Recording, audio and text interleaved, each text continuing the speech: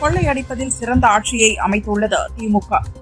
ஆட்சிக்கு ஆபத்து வந்துவிடும் என்ற காரணத்திற்காக தமிழகத்திற்கு நிரந்தர டிஜிபி நியமனத்தை திமுக அரசு கிடப்பில் போட்டுள்ளது என பழனிசாமி கூறினார். திருச்சியில் உள்ள தனியார் நட்சத்திர சொகுசு விடுதியில் மத்திய உள்துறை அமைச்சர் அமித்ஷா தலைமையில் தமிழக பாரதிய ஜனதா கட்சியின் காரிய கமிட்டி கூட்டம் நடந்தது. தமிழகத்தில் ஏற்கனவே நிதி மேலாண்மையின்றி 10 லட்சம் கோடி ரூபாய் கடன் வைத்துள்ள நிலையில் தற்போது எப்படி நிதி மேலாண்மையை சமாளிக்கப் போகிறார்கள் என சீமான் கேள்வி எழுப்பினார். அமமுக பொதுச் செயலர் தினகரன், முன்னாள் முதல்வர் பன்னீர்செல்வம் ஆகியோர் தாவேகா கூட்டணியில் இடம்பெறுவர் என தாவேகா நிர்வாக குழு தலைமை ஒருங்கிணைப்பாளர் செங்கோட்டையன் தெரிவித்தார். திண்டுக்கல்லில் ஆண்டாள் அலங்காரத்தில் குழந்தைகள் முதல் பெரியவர்கள் வரை 800 பேர் கலந்து கொண்டு 20 நிமிடங்களில் பரதநாட்டியம் ஆடி உலக சாதனை படைத்தனர்.